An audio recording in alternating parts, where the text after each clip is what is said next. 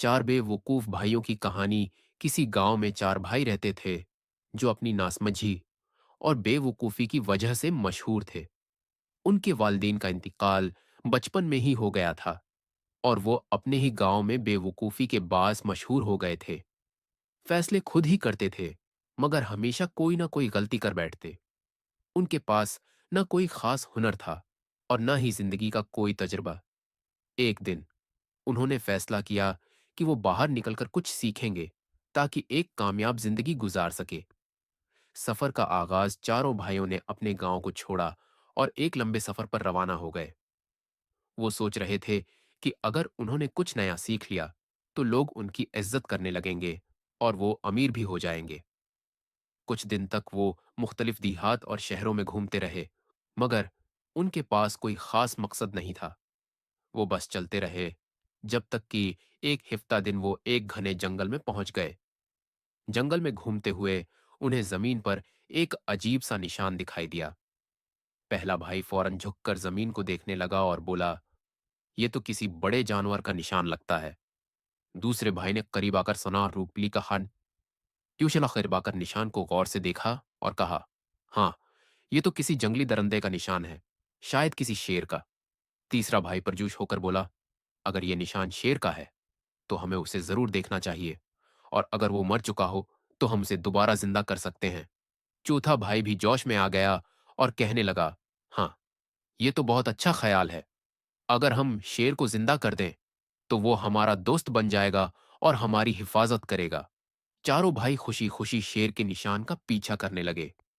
उनके जहन में ये बात नहीं आई कि शेर एक खतरनाक जानवर होता है और अगर वो जिंदा हुआ तो उनके लिए खतरा बन सकता है।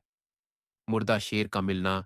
थोड़ी देर बाद वो एक जगह पहुंचे जहां एक बड़ा शेर मुर्दा पड़ा था। शायद वो किसी दूसरे जानवर के साथ लड़ाई में मारा गया था या फिर भूख और बीमारी की वजह से मर चुका था। चारों भाइयों ने शेर को गौर से देखा और खुश हो गए कि इन्हें अपने इल्म को आजमाने का मौका मिल गया था। पहला भाई बोला, हम बहुत खुशकिस्मत हैं कि हमें शेर का पूरा जिस्म मिला है। मैं उसके जिस्म को दोबारा जोड़ने का काम करूंगा।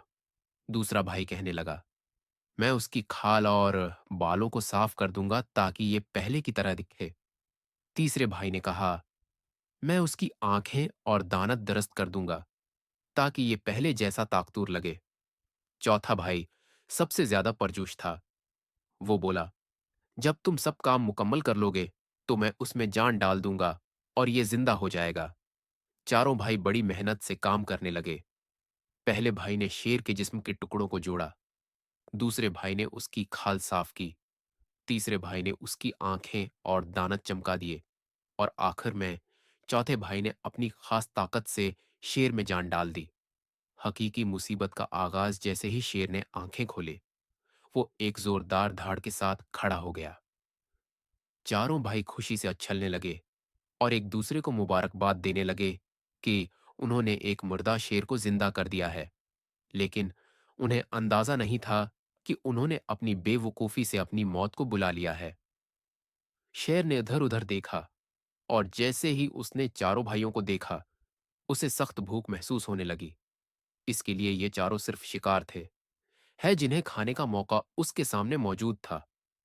चारों भाइयों को अचानक एहसास हुआ कि उन्होंने कितनी बड़ी गलती कर दी है। पहला भाई घबराकर बोला, हमने जो किया वो ठीक नहीं था।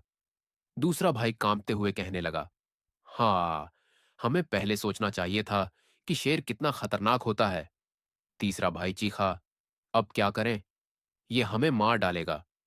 चौथा भाई जो सबसे ज्यादा खुश था, अब सबसे ज्यादा खौफजदा था।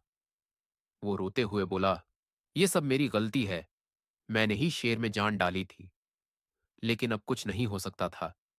शेर ने एक झटके में पहले भाई को दबोच लिया, फिर दूसरे को, फिर तीसरे को, और आखिर में चौथे को भी खत्म कर दिया।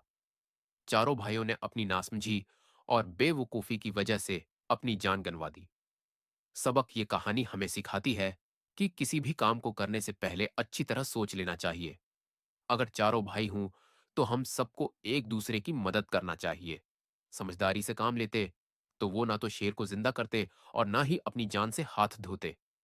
नसीहत वन, बगैर सोचे समझे कोई भी फैसला ना करें।